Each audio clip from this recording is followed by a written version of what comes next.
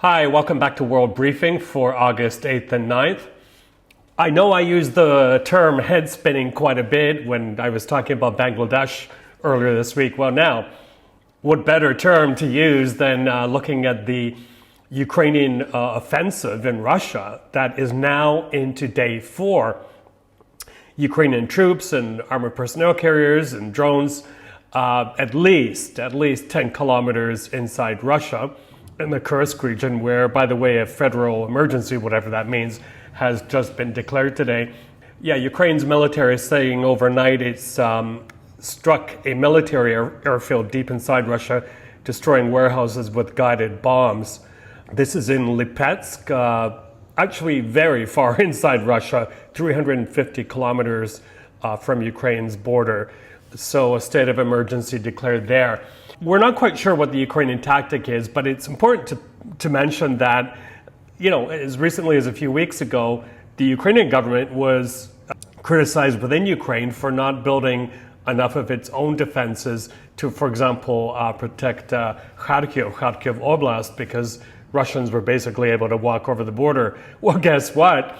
The Kremlin is now being criticized for not having enough defenses and men and other stuff to repel the Ukrainians, who have been using all sorts of kit to really cause chaos inside of Russia.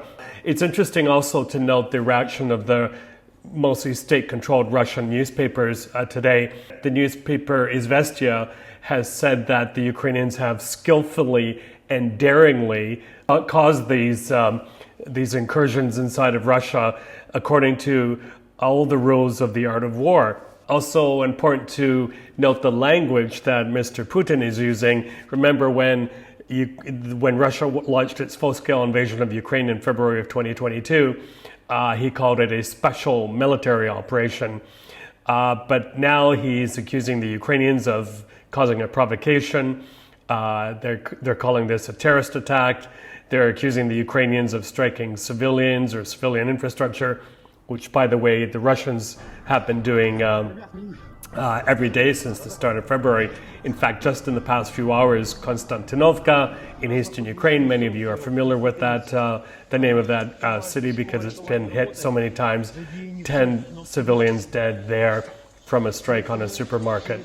A lot of nervousness, I think, in the Kremlin. When you watch this video, you can see the anger and almost a look of disbelief on Mr. Putin's face. So very interesting developments, and I'll keep you updated. And then it's been announced that former President Trump has agreed to debate his opponent, Vice President Harris, on September 10th. Trump has said he's looking forward to it.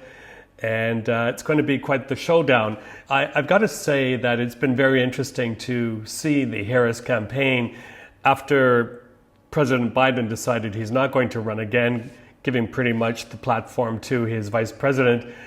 I mean, it's just lit up the Democratic Party in terms of enthusiasm, in terms of donations.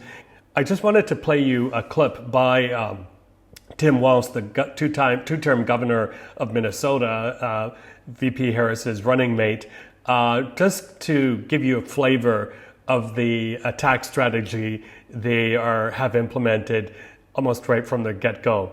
Donald Trump sees the world a little differently than us. First of all, he doesn't know the first thing about service.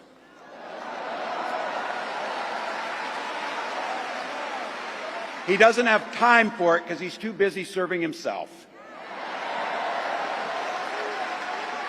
Again and again and again, Trump weakens our economy to strengthen his own hand. He mocks our laws. He sows chaos and division. And that's to say nothing of his record as president. He froze in the face of the COVID crisis. He drove our economy into the ground. And make no mistake, violent crime was up under Donald Trump.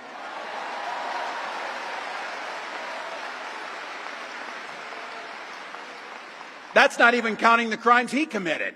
I learned the art of compromise without compromising my values.